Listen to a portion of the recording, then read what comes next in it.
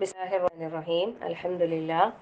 അൽഹംദുലില്ലാഹി റബ്ബിൽ ആലമീൻ. അസ്സലാത്തു വസ്സലാമു അലാ റസൂലില്ലാഹ് വഅലാ ആലിഹി വസഹ്ബിഹി അജ്മഈൻ. അമ്മാ ബഅദ്.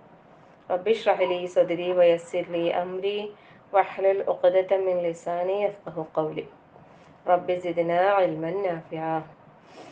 അൽഹംദുലില്ലാഹ്, അല്ലാഹു സുബ്ഹാനഹു വ തആലയുടെ അതിമഹത്തായ അനുഗ്രഹം കൊണ്ട് നമുക്ക് പരിശുദ്ധ ഖുർആനിൽ നിന്നും സൂറത്തു ആലി ഇമ്രാനിലെ ഏറെക്കുറെ 60ഓളം ആയത്തുകൾ നമുക്ക് മനഃപ്പാഠമാക്കാൻ അള്ളാഹു അവസരം തന്ന അൽഹംദുലില്ലാഹ്. ഇന്ന് നമുക്ക് 61-ാമത്തെ ആയത്ത് എടുക്കാനുള്ളത് അല്ലേ? ഇൻഷാ അല്ലാഹ്. കേൾക്കുന്നില്ലേ അല്ലേ? ഓക്കെ. അപ്പോ കേൾക്കുന്നില്ലേ? ഷായി ഒന്ന് ലെഫ്റ്റ് ആയിട്ട് കയറി നോക്ക്.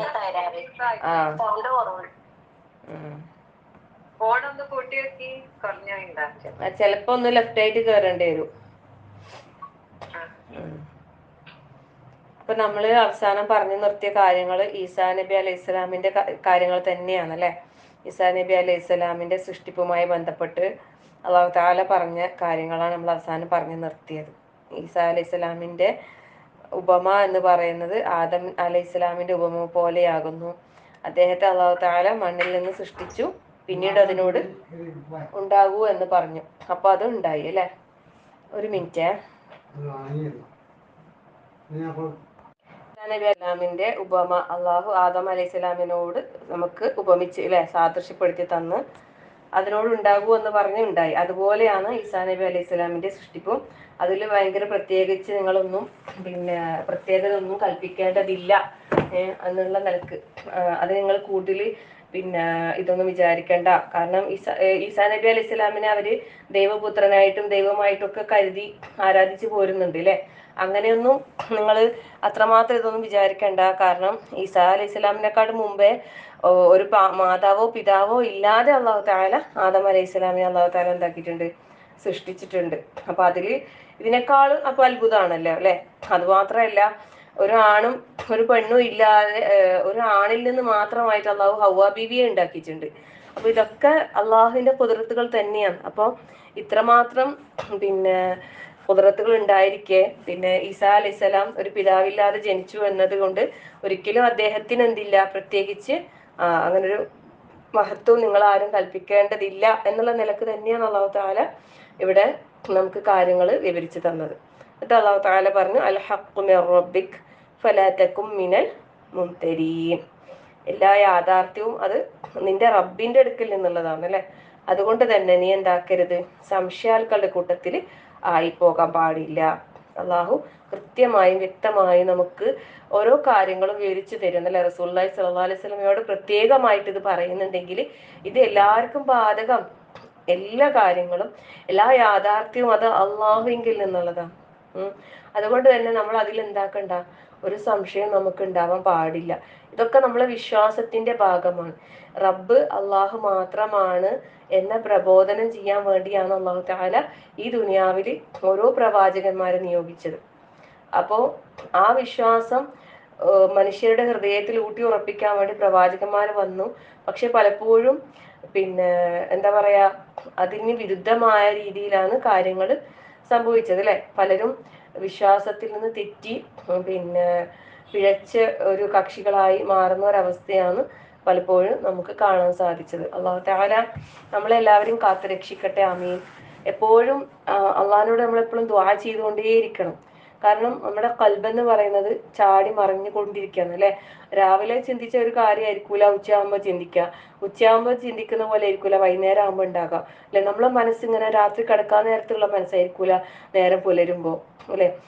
തിന്മയിലൂടെ ചിന്തിച്ച ഒരു മനസ്സാണെങ്കിൽ ഒരു പക്ഷെ ഇപ്പം രാവിലെ നല്ല നല്ല ഫ്രഷ് മൈൻഡ് ആണെങ്കിൽ ചിലപ്പോൾ ഉച്ചയാകുമ്പോഴേക്കും ചിലപ്പോൾ അവൻ തിന്മയിലേക്ക് ചായുന്ന ഒരു അവസ്ഥയിലേക്ക് ആയിട്ടുണ്ടാകാം. ഒരു പക്ഷെ വൈകുന്നേരം ആകുമ്പോഴേക്കും അത് വീണ്ടും നല്ലതായ അവസ്ഥയിലേക്ക് വരാം. ഇങ്ങനെ എന്താ പറയാ, മാറി മറിഞ്ഞുകൊണ്ടേയിരിക്കും അല്ലെ.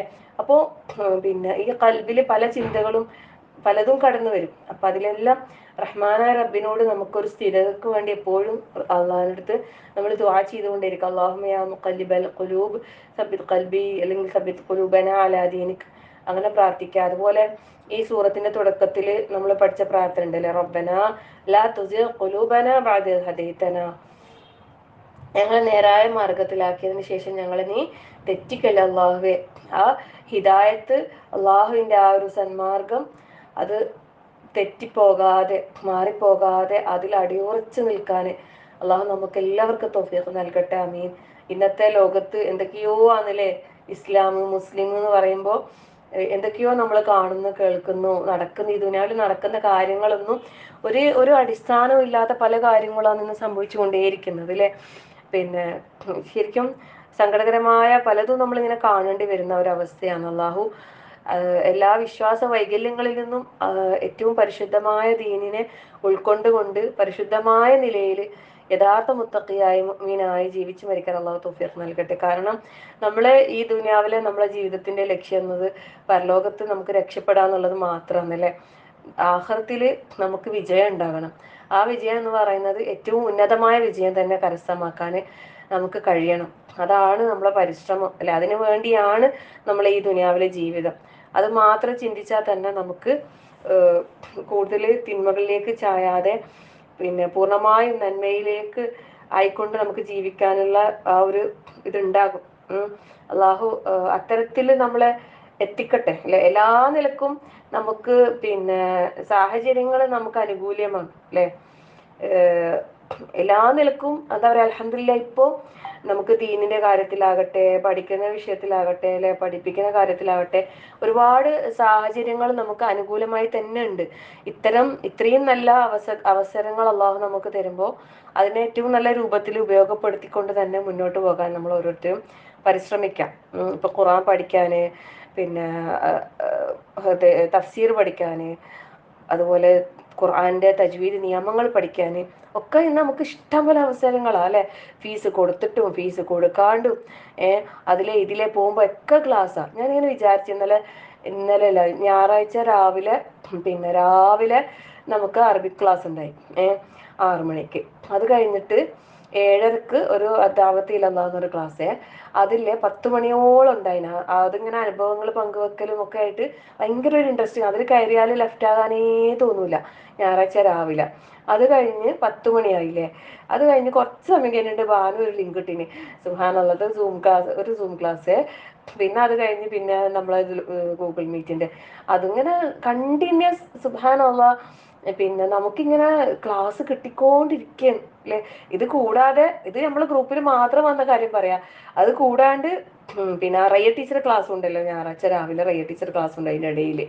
പിന്നെ അങ്ങനെ കണ്ടിന്യൂസ് നമുക്ക് എന്താ പറയാ, അള്ളാഹിനെ ഇങ്ങനെ ഓർമ്മപ്പെടുത്താൻ ഏത് സമയത്ത് നമുക്ക് കയറിയാലും ക്ലാസ് കേൾക്കാനുണ്ട് അല്ലെ. ഇഷ്ടംപോലെ നല്ല നല്ല ഓർമ്മപ്പെടുത്തുന്ന ഒരുപാട് മെസ്സേജുകളുണ്ട്, പ്രാർത്ഥനകളുണ്ട്. രാവിലെ ആയാലും രാത്രി ആയാലും ദുആ ചെയ്യാൻ എത്ര കാര്യങ്ങളിലെ സുബ്ഹാനല്ലാഹ് ലാ ഹൗല വലാ ഖുവത ഇല്ലാ ബില്ലാഹ്. അപ്പൊ ഇത്തരം നല്ലൊരു അവസരങ്ങൾ അള്ളാഹു നമുക്ക് മുമ്പിൽ ഇങ്ങനെ നിലനിർത്തി തരുമ്പോൾ തിന്മയിലേക്ക് ചാഞ്ഞു പോകാതെ എപ്പോഴും നല്ല മനസ്സോടെ നല്ല അവസ്ഥകളിൽ നിലനിൽക്കാൻ റഹ്മാനായ റബ്ബ് എല്ലാവർക്കും തൗഫീഖ് നൽകട്ടെ. ആമീൻ. അപ്പം ഒരു സംശയാലുക്കളിലൊന്നും പെട്ടുപോകാതെ പിന്നെ അള്ളാഹുവിന്റെ അടുക്കൽ നിന്നുള്ള ഈ യാഥാർത്ഥ്യത്തെ ഉൾക്കൊണ്ട് മനസ്സിലാക്കി അതിനെ പിൻപറ്റി ജീവിക്കാൻ അള്ളാഹു നമുക്ക് തൗഫീഖ് നൽകട്ടെ. ആമീൻ. അല്ലെ, ചിലതൊക്കെ കാണുമ്പോൾ നമ്മൾ അതിന്റെ കൂടികളായി പോകുന്നുണ്ടല്ലേ. ചില സമയത്ത് കൂടികളായി പോകുന്നുണ്ട്. അള്ളാഹു അത്തരത്തില് കൂടികളാകുന്നതിനെ തൊട്ട് അള്ളാഹു നമ്മളെ കാത്ത് രക്ഷിക്കട്ടെ. എല്ലാത്തിന്റെയും കൂടെ നമ്മള് കൂടെ നിക്കാന്ന് പറയുമ്പോൾ പിന്നെ നമ്മളെ വിശ്വാസത്തിന് എന്തൊരു ഇതില്ല, ഒരു വിലയില്ലാതായി പോകുന്ന ഒരവസ്ഥ.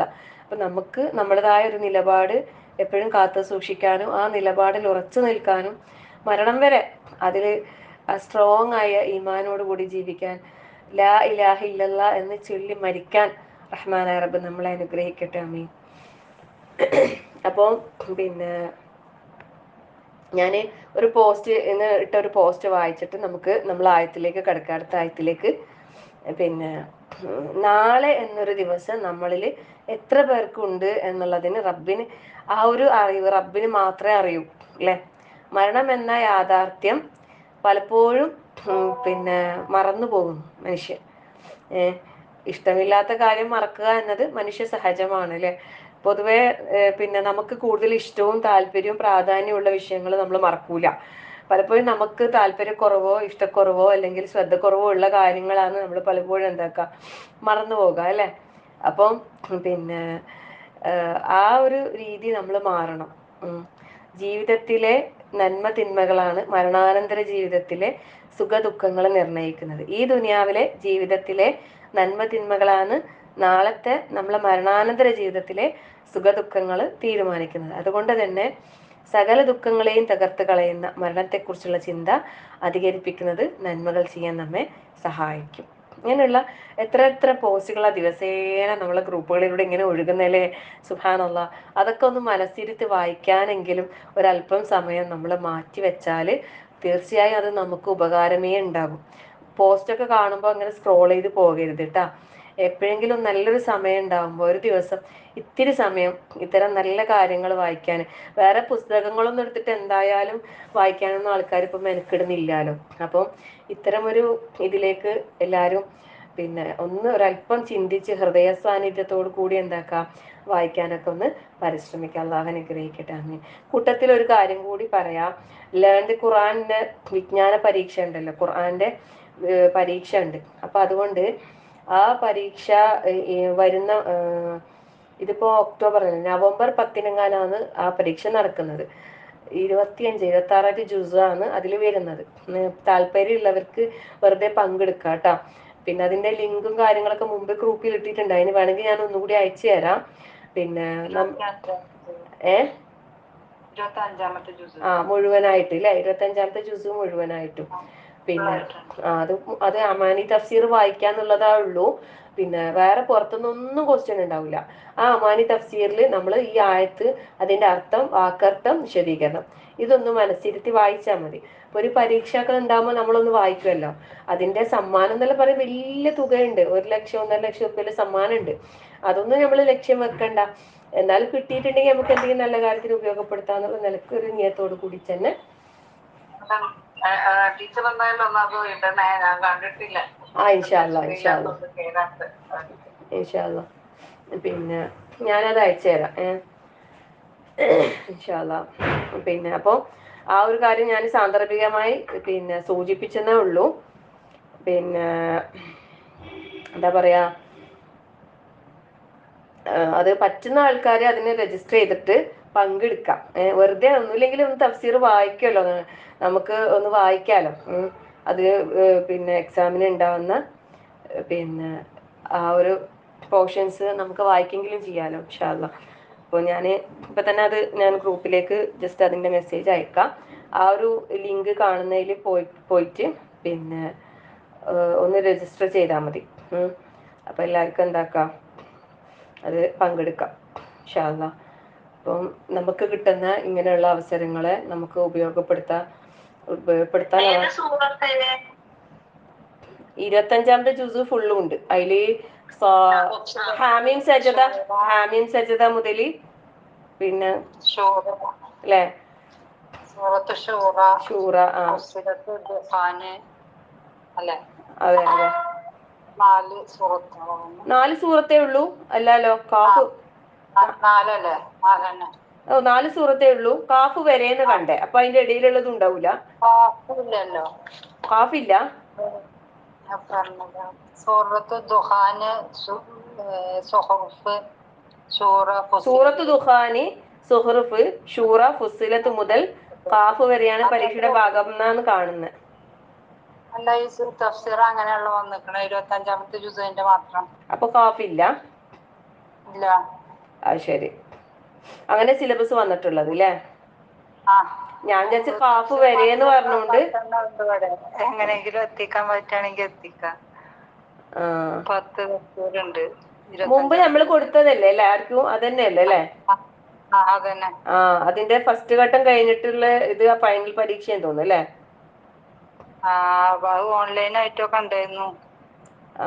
പിന്നെ ഒരു ഫോം, അതിന്റെ ബാക്കിലെ ഫോം ഉണ്ടായിരുന്നു, അത് പൂരിപ്പിച്ചിടാണ്ടായിരുന്നു. പിന്നെ ഇനിയുണ്ട് ഓൺലൈൻ പരീക്ഷയും ഓപ്പൺ ബുക്ക് പരീക്ഷ, അങ്ങനെ 3 ഇതുണ്ട്. അതെ. തഫ്സീറിന്റെ ബാക്കിലുണ്ട്, അത് ബാക്കിൽ ഏറ്റവും ചട്ടെണ്ണ. ഞാനിപ്പോ അതിന്റെ ഇത് ഇട്ടിട്ടുണ്ട്. അതിന്റെ വെബ്സൈറ്റിൽ പോയി കഴിഞ്ഞാൽ നിങ്ങൾക്ക് ഡീറ്റെയിൽസ് അറിയാൻ പറ്റും കേട്ടോ. ഇൻഷാല്ലാ എന്തായാലും പിന്നെ പറ്റുന്നവരൊക്കെ പങ്കെടുക്കും ഇൻഷാല്ലാ. അപ്പൊ നമുക്ക് നമ്മുടെ സൂറത്തിലേക്ക് കിടക്കാം. أعوذ بالله من الشيطان الرجيم بسم الله الرحمن الرحيم فمن حاجك فيه من بعد ما جاءك من العلم فقل تعالوا ندع أبناءنا وأبناءكم ونساءنا ونساءكم وأنفسكم ثم نبتهل فنجعل لعنة الله على الكاذبين فمن حاجك فيه من بعد ما جاءك من العلم നബി സല്ലല്ലാഹു അലൈഹി വസല്ലമയോട് പറയുന്നല്ലേ, ഫമൻ ഇനി ആരെങ്കിലും ഹാജക നിന്നോട് ന്യായവാദം നടത്തി വന്നാൽ. ഈ ഹാജ എന്നുള്ള വാക്ക് നമ്മൾ സൂറത്തുൽ ബഖറയിൽ ഒരുപാട് തവണ കടന്നു വന്ന് പഠിച്ചതാണ് അല്ലേ. ഹാജ തർക്കിക്ക, വാദം നടത്തുക, ന്യായവാദം നടത്തുക എന്നുള്ള അർത്ഥമാണ്. ഈ സൂറത്തിലും ഉണ്ട്. അതെ, ഫമൻ ഹാജക ഫീഹി അതിൽ ആ ഒരു വിഷയത്തിൽ അല്ലേ, മിൻ ബഅദി മാ ജാഅക മിനൽ ഇൽം നിനക്ക് അത് വന്നതിൻ്റെ ശേഷം, അതായത് മിനൽ ഇൽം അറിവിൽ നിന്ന്, നിന്നെക്കുറിച്ചുള്ള കൃത്യമായ അറിവ് വന്നതിന് ശേഷവും നിന്നോട് ഈ ഒരു വിഷയത്തിൽ ന്യായവാദം നടത്തുന്ന ആൾക്കാർ വന്നാൽ ഫഖുൽ അപ്പോൾ നീ പറയുക, തആലു നിങ്ങൾ വരുവിൻ, നദഉ ഞാൻ വിളിക്കാം. ആരൊക്കെ വിളിക്കാം? അബ്നാഅന ഞങ്ങളുടെ പുത്രന്മാരെ, വഅബ്നാഅക്കും നിങ്ങൾ നിങ്ങളുടെ പുത്രന്മാരെയും, വനിസാഅന ഞങ്ങളുടെ സ്ത്രീകളെയും, വനിസാഅക്കും നിങ്ങളുടെ സ്ത്രീകളെയും, വഅൻഫുസന വഅൻഫുസക്കും ഞങ്ങളെയും നിങ്ങളെയും, എല്ലാവരും കൂടി വിളിക്കാം. എന്നിട്ട് സുമ്മ പിന്നെ നബ്തഹിൽ നമുക്ക് എന്താക്കാം, ഉള്ളഴിഞ്ഞ് പിന്നെ പ്രാർത്ഥിക്കാം. ഫനജഅൽ അങ്ങനെ നമുക്കാക്കാം ലഅനത്തുല്ലാഹി അലൽ കാദിബീൻ അള്ളാഹുവിൻ്റെ ശാപത്തെ അലൽ കാദിബീൻ കളവ് പറയുന്ന, വ്യാജം പറയുന്ന ആൾക്കാരുടെ മേലേക്ക് നമുക്കാക്കാം. നബ്തഹിൽ ഇവിടെ മുബാഹല എന്ന് പറയുന്ന ഒരു കാര്യത്തിന് വേണ്ടിയിട്ട് ഇവരെ ക്ഷണിക്കുകയും, ഈ മുബാഹല എന്ന് പറഞ്ഞാൽ എന്താണ്, പരസ്പരമുള്ള ശാപപ്രാർത്ഥനയാണ്. ഇവിടെ പിന്നെ കൃത്യമായും വ്യക്തമായും കാര്യങ്ങൾ ഇവർക്ക് വിശദീകരിച്ച് കൊടുത്തിട്ടും അതിനെ പിന്നെ മനസ്സിലാക്കാനും അംഗീകരിക്കാനും തയ്യാറാകാതെ അല്ലേ, ഈസാ നബി അലൈഹി സ്വലാമിൻ്റെ കൃത്യമായ വിവരണം പിന്നെ ഇങ്ങനെയൊക്കെയാണ് എന്നുള്ളത് അവർക്കവിടെ വ്യക്തമാക്കി കൊടുത്തു. നമ്മൾ ഈ സൂറത്തിൻ്റെ തുടക്കത്തിൽ നമ്മൾ പറഞ്ഞിട്ടുണ്ടായിരുന്നില്ല, ആദ്യത്തെ 80ഓളം വചനങ്ങൾ അവതരിക്കാനുണ്ടായ പശ്ചാത്തലം പറയുന്നത് നെജ്റാനിൽ നിന്ന് വന്ന ക്രിസ്തീയ നിവേദക സംഘത്തിൻ്റെ വരവിനെ തുടർന്നാണ് അല്ലേ. അവരോട് കാര്യങ്ങൾ പറഞ്ഞ് മനസ്സിലാക്കി കൊടുക്കുന്നുണ്ടായിന്. അപ്പോൾ അവരെന്തു പറഞ്ഞിട്ടും അവർ പിന്നെ കാര്യങ്ങൾ ഉൾക്കൊള്ളാൻ, അതായത് അംഗീകരിക്കാൻ തയ്യാറാകാതെ വന്നപ്പോൾ പിന്നെ അവിടെ അവരെ എന്താക്കിയെന്ന് അവസാനം അല്ലാഹു തആല മുബാഹലക്ക് വേണ്ടിയിട്ട് ക്ഷണിക്കാൻ ആഹ്വാനം ചെയ്യും. അള്ളാഹിൻ്റെ റസൂൽ സല്ലല്ലാഹു അലൈഹി വസല്ലമയോട് അവരോട് പറയും അല്ലേ. ശരിക്കും പിന്നെ എന്തെല്ലാം രീതിയിലുള്ള തെളിവുകൾ അവർക്ക് പിന്നെ മനസ്സിലാക്കി കൊടുത്തിട്ടും സത്യത്തിലേക്ക് മടങ്ങാൻ അവരെന്താകുന്നില്ല, തയ്യാറാകുന്നില്ല അല്ലേ. ശരിക്കും അവര് അവിശ്വാസത്തിൽ തന്നെ ഉറച്ചു നിൽക്കുക അവര് ആ ഒരു ഇതിൽ. അപ്പം അങ്ങനെ ഒരു അവിശ്വാസത്തിൽ അവർ ഉറച്ചു നിൽക്കുമ്പോൾ അല്ലാഹു തആല അവരെ ഒരു മുബാഹലക്ക് ക്ഷണിക്കും. മുബാഹല എന്ന് പറഞ്ഞാല് രണ്ട് കൂട്ടരും ഒരുമിച്ച് കൂടിയിട്ട് പിന്നെ ഈ പറയാന്ന് വെച്ചാൽ നമ്മളിലുള്ള കള്ളവാദികളായ ആളുകൾക്ക് അള്ളാഹുവിന്റെ ശാപം ഉണ്ടാവട്ടെ എന്ന് അകമഴിഞ്ഞ് അള്ളാഹിനോട് പ്രാർത്ഥിക്കണം.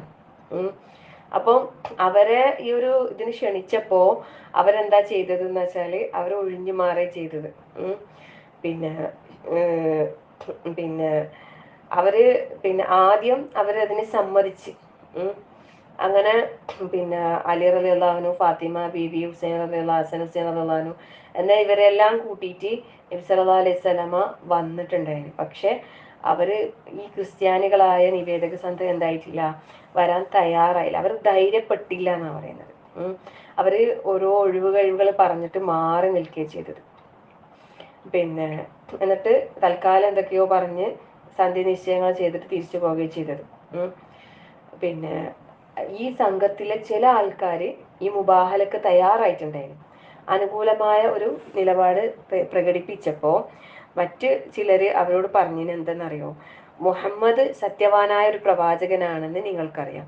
ഒരു പ്രവാചകനുമായി ശാപപ്രാർത്ഥന നടത്തുന്ന ജനത നാമാവശേഷമാവാതിരിക്കുകയില്ല. അപ്പൊ അതുപോലെ അവർക്കറിയാം. അവരുടെ കൂട്ടത്തിലുള്ള കുറച്ച് ആൾക്കാർക്ക് ഇതിനെക്കുറിച്ച് കൃത്യമായിട്ട് അറിവുണ്ട് എന്നുള്ളതാണ് ഇതിൽ നിന്നൊക്കെ നമുക്ക് മനസ്സിലാകുന്നത് അല്ലേ. സുബ്ഹാനല്ലാഹ്. പിന്നെ ശരിക്കും ഇന്നും പിന്നെ ചില ആൾക്കാർ ഇങ്ങനെ പിന്നെ ഇതിനൊക്കെ ഇങ്ങനെ പറയുവേ, എന്തറിഞ്ഞിട്ടാണെന്ന് അറിയില്ല, അല്ലാഹു ആലം. സത്യം മറച്ചു വെച്ചിട്ട് ഇങ്ങനത്തെ ഇതിന്റെ പിന്നാലെ കൂടുന്ന ആൾക്കാരൊക്കെ ഉണ്ട്. എന്തൊരു ധൈര്യത്തിലാണ് അവര് ജീവിക്കുന്നതില്ലേ. പിന്നെ സത്യം അറിഞ്ഞിട്ടും അത് ഉൾക്കൊള്ളാൻ തയ്യാറാകുന്നില്ല എന്ന് മാത്രമല്ല, പലരെയും ആ ഒരു വിഷയത്തിൽ പിഴപ്പിച്ചു കൊണ്ടിരിക്കുന്ന ആൾക്കാർ ഇന്നും നമ്മളെ കൂട്ടത്തിൽ തന്നെ ഉണ്ട്. അള്ളാഹു കാത്ത് രക്ഷിക്കട്ടെ, ആമീൻ. അപ്പൊ ഇവിടെ ഈ ഒരു പിന്നെ ശക്തമായ ഒരു പിന്നെ പിന്നെ ഒരു ഇതാണല്ലേ അള്ളാന്റെ ഭാഗത്തു നിന്നുള്ള ഒരു പിന്നെ മുബാഹലക്ക് ക്ഷണിക്കുക എന്ന് പറയുന്നത് വലിയൊരു കാര്യമാണ്. ശരിക്കും അവരെ കുറിച്ച് പറയുമ്പോൾ പറയുന്നത് എന്താണെന്ന് വെച്ചാൽ, അവരെങ്ങാനും മുബാഹലക്ക് പുറപ്പെട്ട് വന്നിട്ടുണ്ടെങ്കിൽ അവരുടെ സ്വത്തും കുടുംബവും എല്ലാം ഇല്ലാതെ നഷ്ടപ്പെട്ടിട്ട് അവർ മടങ്ങുമായിരുന്നു. പിന്നെ ശരിക്കും ഈ വാദപ്രതിവാദങ്ങളൊക്കെ ഉണ്ടാവുമല്ലോ, അതിൽ പിന്നെ സത്യം വ്യക്തമായിട്ട് മനസ്സിലായാലും ഈ ചില ആൾക്കാരുണ്ടല്ലോ, പിന്നെ ഈ അഹങ്കാരം കൊണ്ടും വാശി കൊണ്ടും തന്നിഷ്ടം കൊണ്ടും സത്യം സ്വീകരിക്കാൻ തയ്യാറാകാത്തൊരവസ്ഥ ഉണ്ടാവും അല്ലേ. അപ്പം പിന്നെ എന്നിട്ട് അതിന് പല കുതന്ത്രങ്ങൾ ഉപയോഗിച്ചിട്ട് പല സൂത്രങ്ങൾ ഉപയോഗിച്ചിട്ട് അവർ പറഞ്ഞ വാദത്തിൽ ഇങ്ങനെ ഉറച്ചു നിൽക്കുകയും ചെയ്യും. പക്ഷേ പിന്നെ ഇവിടെ ഒരു ശ്രദ്ധേയമായ ഒരു കാര്യം എന്താണെന്ന് വെച്ചാൽ, ഈ ശാപപ്രാർത്ഥനക്ക് വിളിക്കുമ്പോൾ പിന്നെ ഒറ്റക്കല്ല അല്ലെ വിളിക്കുന്നത്, ഒറ്റക്കല്ല വിളിക്കുന്നത്. എന്താ പറയുന്നത്, ഫഖുൽ തആലു വിളിക്കലേ, നദ്ഉ അബ്നാഅന വ അബ്നാഅക്കും, ഞങ്ങളെ മക്കളെയും വിളിക്കുക നിങ്ങളെ മക്കളെയും വിളിക്കുക, ഞങ്ങളിലെ സ്ത്രീകളെയും വിളിക്കുക നിങ്ങളെ സ്ത്രീകളെ, വനിസാഅന വനിസാഅക്കും വഅൻഫുസന വഅൻഫുസക്കും, എന്നിട്ട് നമുക്ക് എന്താക്കാം, സുമ്മ നബ്തഹിൽ ഫനജഅൽ ലഅനത്തല്ലാഹി അലൽ കാദിബീൻ, എന്നിട്ട് നമുക്ക് എന്താക്കാം, ശാപപ്രാർത്ഥന നടത്താം എന്ന നിലക്കാണ് അവരെ പിന്നെ ക്ഷണിക്കുന്നത്. അപ്പൊ ഇവിടെ നമുക്ക് മനസ്സിലാക്കേണ്ട ഒരു കാര്യം എന്താന്ന് വെച്ചാല്, പിന്നെ എത്ര ആയാലും പിന്നെ മക്കള് അല്ലെ, മക്കളും കുടുംബവും ഒക്കെ പിന്നെ ഈ ഒരു ഇതിനെ നാശത്തിലേക്ക് വലിച്ചിടാൻ വേണ്ടിയിട്ട് അധികം ആൾക്കാരും, അതായത് അല്പം ബുദ്ധിയുള്ള ഒരാളും എന്താകൂല അതിന് തയ്യാറാകൂല അല്ലെ. അതുകൊണ്ടാണ് അള്ളാഹു തആല ഈ ഒരു രീതിയിൽ കണ്ടീഷൻ വെച്ചത്. അല്ല അങ്ങനെയാണല്ലോ, നമുക്ക് എന്തെങ്കിലും ആയാലും നമ്മളെ മക്കൾക്ക്, നമ്മളെ കുടുംബത്തിന്, നമ്മളെ പേരിൽ നമ്മളെ കൊണ്ട് ഒരു ഇത് ഉണ്ടാകാൻ പാടില്ല എന്ന് കുടുംബത്തെ സ്നേഹിക്കുന്ന ഒരാളും പിന്നെ അങ്ങനെ ആഗ്രഹിക്കൂല അല്ലെ. അവർക്ക് എന്തെങ്കിലും സംഭവിക്കുന്നത് ഇഷ്ടപ്പെടൂല. പിന്നെന്ന് വെച്ചാല് ഈ ഒരു ശാപപ്രാർത്ഥനയിൽ ഏർപ്പെടുമ്പോൾ സത്യം നമ്മളെ ഭാഗത്താണെന്ന് നമുക്ക് ഉറച്ച വിശ്വാസം, ആ ഒരു ഉറപ്പ് ഉണ്ടെങ്കിൽ പിന്നെ അവിടെ എന്തില്ല, ആ ഒരു ഭയത്തിന് യാതൊരു ചാൻസും ഇല്ല അല്ലെ. പേടിക്കേണ്ട ആവശ്യമില്ല, ധൈര്യത്തിന് നമുക്ക് തലയുയർത്തി നിൽക്കാം അല്ലെ. ശരിക്കും എന്ത് കാര്യമായാലും അങ്ങനെ തന്നെയല്ലേ അല്ലെ. ഇപ്പം എന്തെങ്കിലും സംഭവിച്ചാല് നമ്മളെ ഭാഗത്ത് ന്യായം നമ്മളെ ഭാഗത്താണെങ്കിൽ നമുക്ക് അവിടെ എന്തില്ല, ഒരു ഭയത്തിൻ്റെയോ ഒരു ആശങ്കയുടെയോ ഒരു ടെൻഷൻ്റെയോ ഒരു ഇതില്ല അല്ലെ, ഒന്നിനും അവിടെ ചാൻസ് ഇല്ല. ആ രീതിയിലാണ് ന്യായം നമ്മളെ ഭാഗത്താണെങ്കിൽ. അതേപോലെ തന്നെയാണ് ഈ ഒരു വിഷയത്തിലും. അതായത് ഇതൊരു മുബാഹല എന്ന് പറയുന്ന ആ ഒരു ഇതിനു വേണ്ടി ക്ഷണിക്കുമ്പോൾ സത്യം സത്യം ഈ പറയുന്ന ആളെ ഭാഗത്താണെങ്കിൽ അവർക്കൊരു പേടിയും പേടിക്കാണ്ട് എന്താക്കുക ഇതിൽ പങ്കെടുക്കാമായിരുന്നു അല്ലേ. പക്ഷേ പിന്നെ അവരിൽ ചിലർക്ക് തന്നെ അറിയാം എന്ത് പിന്നെ അവർ പറയുന്നതും പിന്നെ അവർ ചെയ്യുന്നതൊന്നും ശരിയല്ല, സത്യമല്ല എന്നുള്ളതും അവർക്ക് അറിയാം അല്ലേ. അടുത്ത വചനത്തിൽ അല്ലാഹു തആല പറയുന്നത് നോക്കിയാട്ടെ, ഇന്ന ഹാദാ ലഹുവൽ ഖസസുൽ ഹഖ്, നിശ്ചയമായും ഈ ഇന്ന ഹാദാ നിശ്ചയമായും ഇത്, ലഹുവ ഇത് തന്നെയാണ് എന്ത്, അൽ ഖസസ് ഒരു കഥ അല്ലേ. നമുക്ക് പിന്നെ പിന്നെ അല്ലാഹു തആല ഈ ഒരു ചരിത്ര സംഭവം ഈസാ നബി അലൈഹി സ്വലാമിൻ്റെ ചരിത്രം നമുക്ക് പിന്നെ അല്ലാഹു തആല വിവരിച്ചു തരുന്നുണ്ടെങ്കിൽ പിന്നെ എവിടുന്ന് മുതലാണ് ആ ഒരു ഇത് തുടങ്ങുന്നത്. സുബ്ഹാനല്ലാഹ്. പിന്നെ മറിയം ബീവിന്റെ ജനനം മുതൽക്ക് നമുക്ക് അല്ലാഹു തആല പറഞ്ഞു തരുന്നുണ്ട് അല്ലേ. ആ ഒരു ഇന്നല്ലാഹ അസ്തഫ എന്ന് പറഞ്ഞിട്ട് ആദം നൂഹ വാലി ഇമ്രാൻ അങ്ങനെ ആ ഇമ്രാൻ കുടുംബത്തിന്റെ തുടക്കം മുതലുള്ള ചരിത്രം അല്ലാഹു തആല നമുക്ക് കഥാരൂപത്തിൽ പിന്നെ പറഞ്ഞു തരുന്നല്ലേ. ഇത് സത്യമാണ്, യഥാർത്ഥമായതാണ് എന്നാണ് പറയുന്നത്. ഈ പിന്നെ ഈ നജ്റാനിൽ വന്ന ഈ ക്രിസ്തീയ പുരോഹിത സംഘം ഉണ്ടല്ലോ, സത്യത്തിൽ പിന്നെ റസൂൽ സല്ലല്ലാഹു അലൈഹി വസല്ലമ ഒരു ചരിത്രം പഠിച്ച ഒരാളല്ല അല്ലെ, ഒരു പുസ്തകം എഴുതിയ ഒരാളല്ല, പ്രത്യേകിച്ച് എഴുത്തോ വായനയോ അഭ്യസിച്ചിട്ടില്ലാത്ത ഒരാളാണ് അല്ലെ. ആ ഒരു ആള് ഒരിക്കലും ഇത്രയും കൃത്യമായ രീതിയിൽ അവർക്ക് അവരുടെ കയ്യിൽ ഉള്ള പിന്നെ ഇത്തരം കാര്യങ്ങളെക്കുറിച്ചുള്ള കൃത്യമായ അറിവ് അവരുടെ ഉണ്ടല്ലോ, അതിനെ പിന്നെ സത്യപ്പെടുത്തുന്ന രീതിയിൽ തന്നെയാണ് റസൂൽ സല്ലല്ലാഹു അലൈഹി വസല്ലമ ഓരോ കാര്യങ്ങളും അവർക്ക് അറിയിച്ചു കൊടുക്കുക അല്ലേ. സക്കരിയ നബി അലൈഹി സ്വലാം പിന്നെ മറിയം ബീവിൻ്റെ ആ സംരക്ഷണം ഏറ്റെടുത്തത്, ഓരോ കാര്യങ്ങളും അള്ളാഹുവിൽ നിന്നുള്ള കൃത്യമായ വഹയിൻ്റെ അടിസ്ഥാനത്തിലാണ് ഈ ഓരോ കാര്യങ്ങളും റസൂൽ സല്ലല്ലാഹു അലൈഹി വസല്ലം പറയുന്നതെന്നൊക്കെ അവർക്ക് മനസ്സിലാകുന്ന രീതിയിലാണ് അള്ളാഹിൻ്റെ റസൂല് ഈ പരിശുദ്ധ ഖുർആനിനെ അവർക്ക് ഈ കഥ അല്ലെ, പരിശുദ്ധ ഖുർആനിലൂടെ ഈ ചരിത്ര സംഭവങ്ങൾ, ഈ ഒരു യാഥാർത്ഥ്യം അവരിലേക്ക് എത്തിക്കുന്നത്. അല്ലാഹു തആല ഇന്ന ഹാദാ ലഹുവൽ ഖസസുൽ ഹഖ്, തീർച്ചയായും ഇതെന്താണ്, യഥാർത്ഥമായ സംഭവ വിവരണമാണ്. വമാ മിൻ ഇലാഹിൻ ഇല്ലല്ലാഹ്, അല്ലാഹു അല്ലാതെ ഒരു ഇലാഹുമില്ലതാൻ.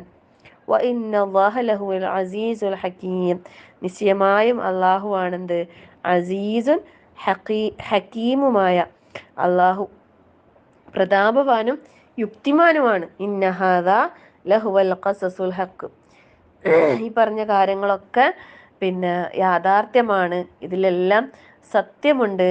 അതുപോലെ തന്നെ അല്ലാഹു അല്ലാതെ യാതൊരു ഇലാഹുമില്ല. വമാമിൻ ഇലാഹിൻ ഇല്ലല്ലാ, ഈ ഒരു ഇത് സ്ഥാപിക്കാൻ വേണ്ടിയാണ് ഇത്രയും കാര്യങ്ങൾ പറഞ്ഞത് അല്ലേ.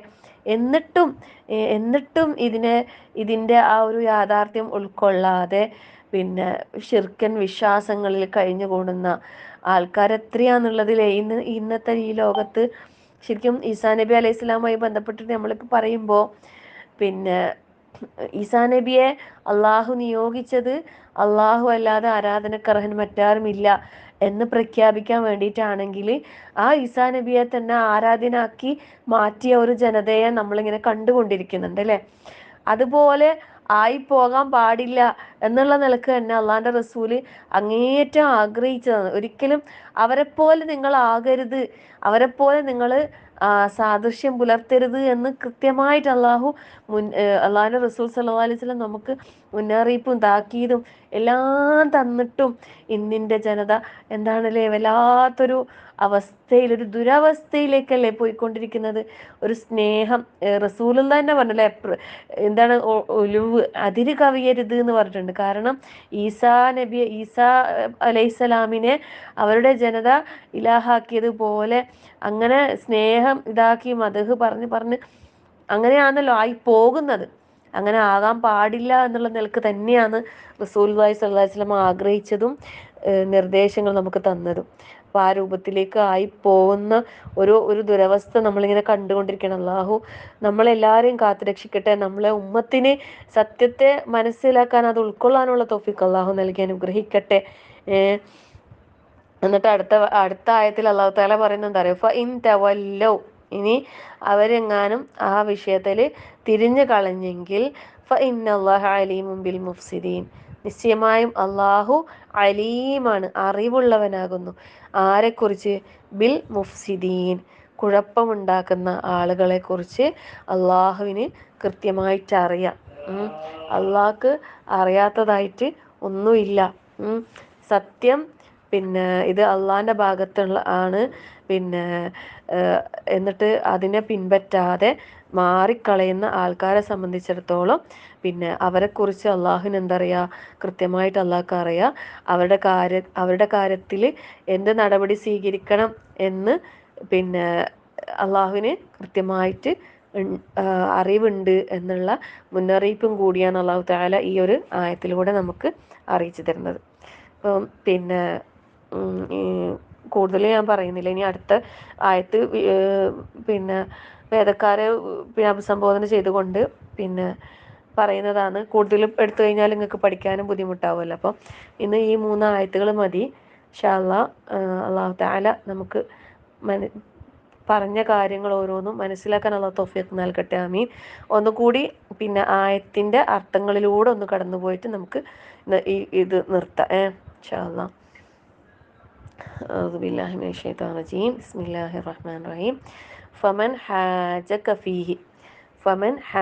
فيه ഇനി ആരെങ്കിലും പിന്നെ വല്ലവരും നിന്നോട് ന്യായവാദം ചെയ്തു വന്നാൽ ഫീഹി അതിൽ ആ വിഷയത്തിൽ മിൻ ബഅദി മാ ജാഅക മിനൽ ഇൽം നിനക്ക് അറിവ് കിട്ടിയതിന് ശേഷം ഫഖുൽ അപ്പോൾ നീ പറയുക, അവരോട് പറയുക, തആലു നിങ്ങൾ വരുവിൻ, നദ്ഉ അബ്നാഅന വ അബ്നാഅക്കും നാം വിളിക്കാം ഞങ്ങളുടെ മക്കളെയും നിങ്ങളുടെ മക്കളെയും വിളിക്കാം, വ നിസാഅന വ നിസാഅക്കും ഞങ്ങളുടെ സ്ത്രീകളെയും നിങ്ങളുടെ സ്ത്രീകളെയും, വ അൻഫുസന ഞങ്ങളുടെ സ്വന്തങ്ങളെയും, വ അൻഫുസക്കും നിങ്ങളുടെ സ്വന്തം ദേഹങ്ങളെയും. എന്നിട്ട് സുമ്മ നബ്തഹിൽ എന്നിട്ട് നമുക്ക് പിന്നെ പരസ്പരം പ്രാർത്ഥിക്കാം, ഉള്ളഴിഞ്ഞ് പ്രാർത്ഥിക്കാം. ഫനജഅൽ ലഅനതല്ലാഹി അലൽ കാദിബീൻ അള്ളാഹുവിൻ്റെ ശാപത്തെ കളവ് പറയുന്നവരുടെ മേൽ അങ്ങനെ ആക്കാം. ആ രീതിയിൽ നമുക്ക് എന്താക്കാം? പ്രാർത്ഥിക്കാം എന്ന് അവരോട് പറഞ്ഞല്ലേ. മുബാഹല എന്താണെന്ന് മനസ്സിലായിട്ടുണ്ടാവും വിചാരിക്കുന്നു. അവരതിന് തയ്യാറായില്ല, സത്യം ഉൾക്കൊള്ളാനും തയ്യാറായിട്ടില്ല, ഈ ഒരു കാര്യത്തിന് മുന്നിട്ട് വരാൻ അവർ തയ്യാറായില്ല. എന്നിട്ട് അല്ലാഹു തആല നമുക്ക് പറഞ്ഞത് ഇന്ന ഹാദാ ലഹുവൽ ഖസസുൽ ഹഖ്, ഈ ഒരു കാര്യം എന്ന് പറയുന്നത് അതെന്താണ്? യഥാർത്ഥ കഥയാണ്, യഥാർത്ഥ വിവരണമാണ്. ഇത് ഒരു പിന്നെ വെറും കഥയല്ല അല്ലേ, ഇത് യാഥാർത്ഥ്യമാണ്. വമാ മിൻ ഇലാഹിൻ ഇല്ലല്ലാഹ്, അള്ളാഹു അല്ലാതെ യാതൊരു ഇലാഹുമില്ല താനും. അതിൽ നമ്മൾ ഉറച്ചു നിൽക്കുക, ലാ ഇലാഹ ഇല്ലല്ലാഹ് എന്ന തൗഹീദിൽ ഉറച്ചു നിൽക്കാനാണ് അള്ളാഹു തആല നമ്മളോട് ആഹ്വാനം ചെയ്യുന്നത്. ഇത്രയും കാര്യങ്ങൾ പറഞ്ഞു തന്നിട്ടും ഈ ഒരു വിശ്വാസത്തിൽ നമ്മൾ എന്താകാൻ പാടില്ല? വ്യതിചലിച്ച് പോകാൻ പാടില്ല. വ ഇന്നല്ലാഹ ലഹുവൽ അസീസുൽ ഹക്കീം, നിശ്ചയമായും അള്ളാഹു പ്രതാപശാലിയും അഗാധ ജ്ഞാനിയുമാകുന്നു.